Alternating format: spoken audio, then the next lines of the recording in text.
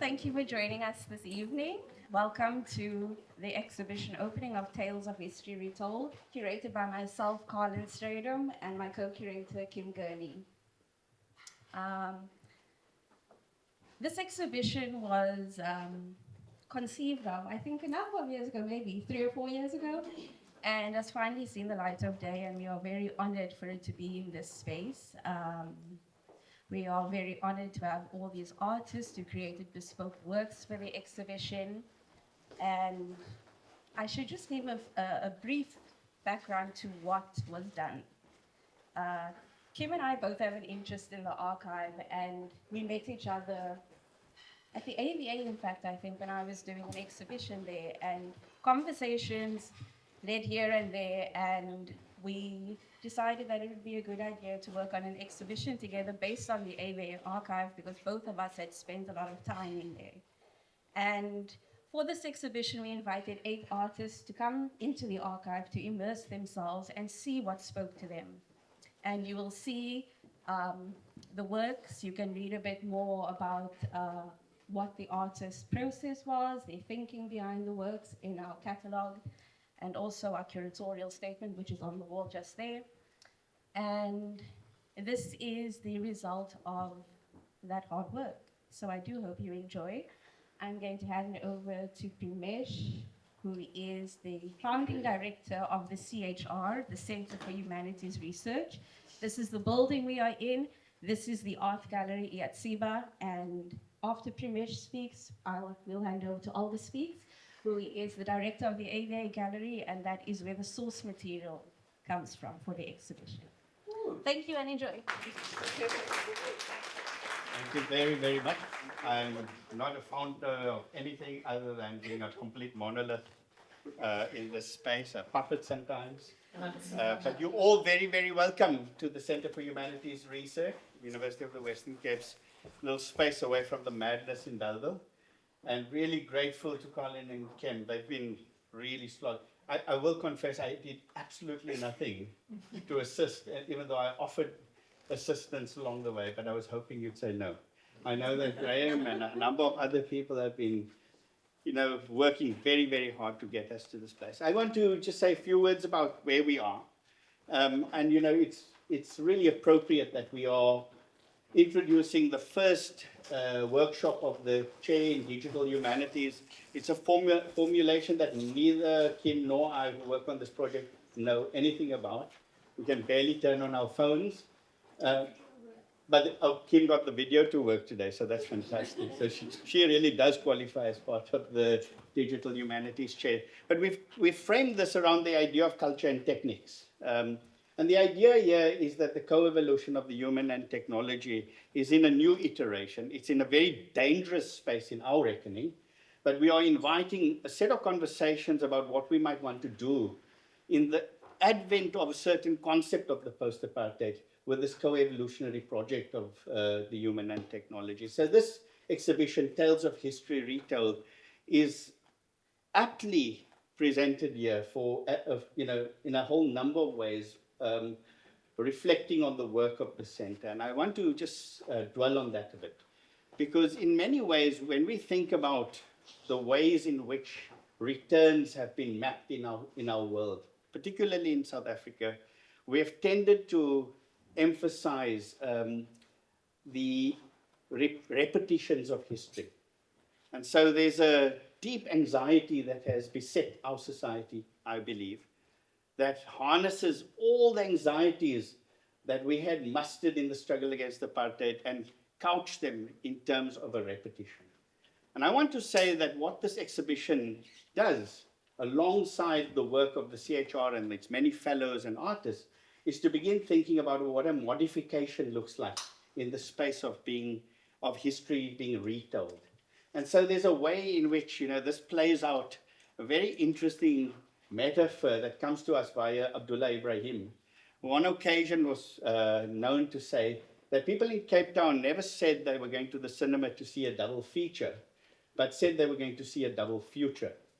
And so there's a way in which that double future, as ominous as it sounds, because it also sounds like the return of the uncanny in instances, is also the space of invention.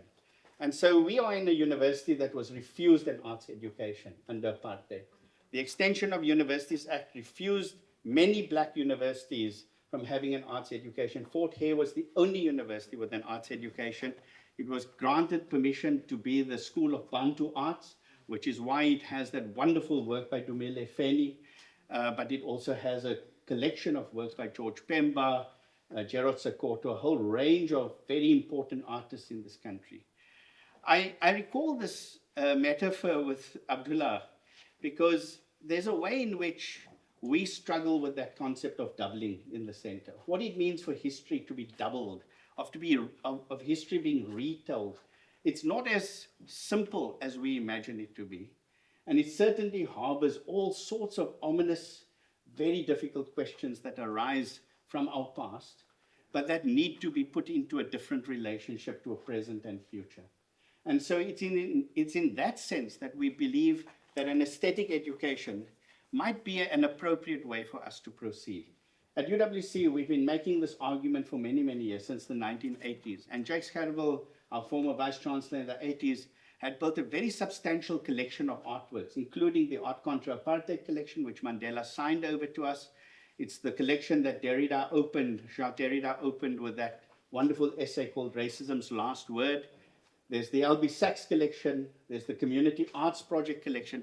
All of these were collections that allowed us to think about the post-apartheid in the midst of the burden of apartheid. And what this exhibition does is begin to connect the work that UWC had undertaken over many years in the absence of an art school, to begin thinking with arts communities in South Africa about what it might mean to modify this history that we've inherited, this wretched script of apartheid that we seem to be trapped in and that we seem to be struggling to exit. Now, one of the primary formulations that we've made is that the aesthetic was also part and parcel of apartheid's execution. In fact, we've argued that Verwoerd's education was deeply embedded in an aesthetic sensibility. The burden on the senses that many people have dealt with in this country is only now beginning to emerge as a site of inquiry. But I can tell you that in these disciplines of psychophysics and psychotechnics, Verwoerd's dissertation was titled The Blunting of Emotions. It was done in a laboratory that was modeled on the laboratory that Wilhelm Wundt built in Leipzig, in Germany. And these laboratories, these experimental psychology programs, became the site of manipulating and ordering the sensory worlds of millions of people in this country. And so we must never forego this aesthetic struggle. It's not over. We've got a long way to go. This is a small step in a long journey. But I will tell you that what we've begun to think about in this center is the way in which that aesthetic sensibility came to permeate the fields of petty apartheid. That region, that zone of execution of apartheid's violence that we mostly think of as banal and inconsequential. But yet, it is there that really apartheid's force needs to be reckoned with. And it is to that question that we're asking this collection of inquiries, this presentation of works at AVA, from the AVA Gallery, Kim's earlier work called Flipside, which we've had an earlier conversation on at the AVA Gallery, to begin opening up for us. So this is not a small challenge. This is a very, very large ask. And it's asking us to think very seriously about how the aesthetic is not just the site of creation, that it has been coded in all sorts of ways with the exercise of power in this country, and that the work, as we like to call it in the sense of undoing apartheid, might begin with thinking about the aesthetic along the lines that Kim and Carlyn and others in this room have begun to challenge us with. And so I'm going to say a final word, Kim and Carlyn. Thank you very much for doing this very, very important work. I think the AVA Gallery will hear in a moment about why this collection and the collaboration is so important. But I do want to say that, just thinking seeing Kim's work unfold in relation to that archive in Flipside, I was amazed at the work that has been conducted through the AVA. And one of the most charming, beautiful moments for me was encountering that interview with Handspring Puppet Company. And for those of you who haven't seen the video as you entered this building, we have a puppetry lab right at the bottom. And at its core is this idea of connecting movement and thought, kinetic objects. And that puppetry project is built around now 3, but there were 4. We lost Medile Daki a few years ago, tragically killed in drift sands. But Sipokazi, Sifo, and Luya have built an incredible project, marched 1,000 life-size puppets from Kinshasa to Norway on a climate change intervention, all of it conceived in this laboratory at the bottom. And that has prompted many of us in this building to think again about what the project of the humanities might be now, how we might think alongside and adjacent to the arts to build another concept of the post-apartheid, to retell histories in ways that do not simply come to rest with the uncanny, but allow us to think about a future of freedom and desire. So Kim and Carlyn, thank you very much. I've said enough. I can go on and on, but as everyone knows, welcome to the Iyatsiba Lab. And by the way, this building is called the Iyatsiba Lab. It means it is jumping in Xhosa. Basically, the concept here is that we work with the idea of knowledge jumping from one field to another to produce a surprise. And that surprise can be in the form of the uncanny, as we know. Some of us are known to be lurking around for no particular reason. So over to you. Good evening, everybody. Please forgive me for having a piece of paper to help me today, so just to keep me from kind of rambling on and getting off topic. It is my pleasure and my honor to address you here today at the opening of Tales of History Retold, an exhibition curated by Kim Gurney and Carlyn Strydom. My name is Olga Speakes, and I'm here in my capacity as the current director, or to use a better term, the current custodian of the AVA, Association for Visual Arts. As Kim and Carlyn introduced us in their curatorial statement, AVA is one of the South Africa's oldest living non-for-profit arts institutions with a fascinating genealogy dating back to the 19th century, as well as a membership-based organization which runs an art gallery in Church Street in the heart of this city. Kim asked me to introduce AVA, and it's both the easiest thing, because who doesn't know AVA, especially in this kind of arts-focused audience in Cape Town, but at the same time, it is not so easy, because AVA has a number of identities and a number of roles. As an arts institution, it shares its early genealogy with the South African National Gallery, as the South African Fine Arts Society formed in 1850. And in this, it shares in the colonial history of that institution as an instrument of colonial oppression, of colonial power. In the 20th century, AVA's history is embedded in the South African Association of Arts as its Western Cape branch, and at one time the headquarters. But AVA, as we know it today, was officially born in 1995 in a democratic South Africa as an autonomous regional organization. So the AVA archive, which provided the springboard for this exhibition project, happens to have a much longer span than the AVA itself. And I find this quite an interesting fact. As an association of members and as a non-profit organization, AVA has been kind of formalized into existence in 2004, and as such has been governed by our constitution and managed by the volunteer board. And the word volunteer is very important for the AVA, because the AVA for a long time has owed its survival to a lot of the volunteers who contributed their time, their passion to the organization. The mission of the AVA has been and remains the support and advance of contemporary art and artists. This is the guiding purpose and the sounding board for everything we do and for dilemmas that we face, which are numerous for a non-profit arts organization in South Africa, from funding decisions to our open call-based selection process for our exhibition program, to the partnerships that we seek and form. And the way we deliver on our mission is by providing artists with a platform to exhibit their work and with support in accessing this particular opportunity. This is where another identity of AVA comes into focus, and that of an art gallery, the one most visible, perhaps the most well-known by both the artist community and the public. We recently did a project where we asked a number of some emerging and some very well-established artists, art practitioners, art writers, curators, to help us to raise awareness about the AVA's role in the arts ecosystem, and also the importance of our membership. And we interviewed them and then we recorded those interviews. By the way, you can all access them on our website. They're really fascinating to listen to. And I think what I found interesting was that one thing that was brought up again and again in the discussions of the AVA's role was the fact that through our open call, we allow anyone to apply to our exhibition program. Whilst our resources are very limited, we work tirelessly to ensure that we support artists in accessing this opportunity. And we provided support for both emerging and independent artists. There are many things I can talk about when I talk about AVA, and not least, I think, for me especially, the feeling of love that I encounter again and again, the feeling of love towards AVA in the artist community.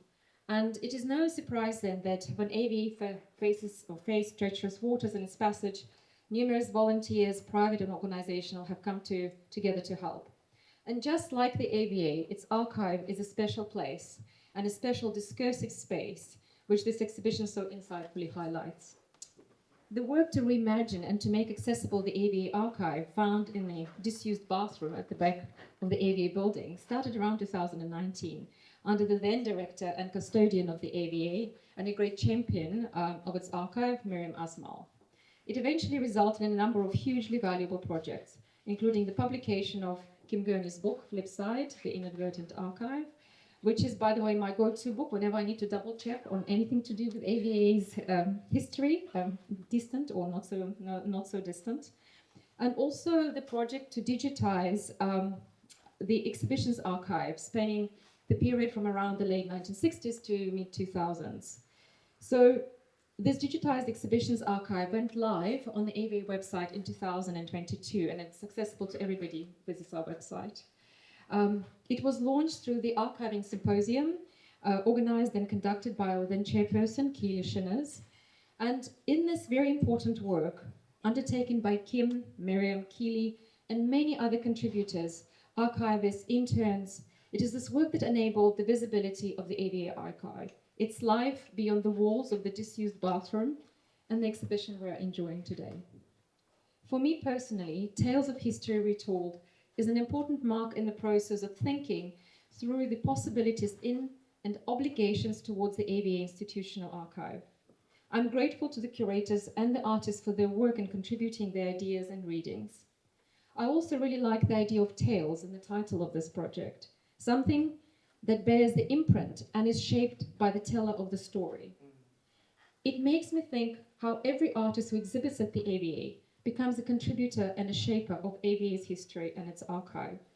And in the world of Alka Dass, one of the exhibiting artists here today, each such contribution, and I quote, both commemorates and unsettles the idea of institutional permanence. An interesting consideration for me also is the fact that AVA never collected artworks. In fact, the timely return of artworks to the artists who have exhibited with us is a never-ending project, which does at times end up in a particular unclaimed artwork lingering in the depths of AVA art storage, but not our archive. Perhaps this speaks to the AVA's role as a facilitator of ideas, projects, dialogues, and engagements, rather than a creator, prescriber, or fixator of art historical narratives. Perhaps this and AVA's embeddedness in the arts community, something that was emphasized by Vasum Nkomo in his interview for our membership drive project, is what makes us a rare long-term survivor of trials and tribulations faced by non-profit arts organizations. So what is AVA in its archive today? What is driving us not just to struggle to survive against all odds, but to flourish and thrive as an independent, non-for-profit arts institution?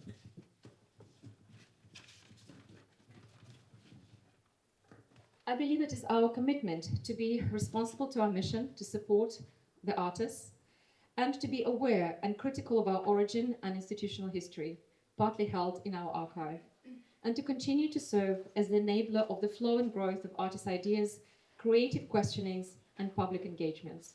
Again, in the words of the curators of this wonderful exhibition, to be a palimpsest of constant reworkings. Thank you. Thank you very much for that. Everyone just needs to get back to the drinks. I'll be very quick.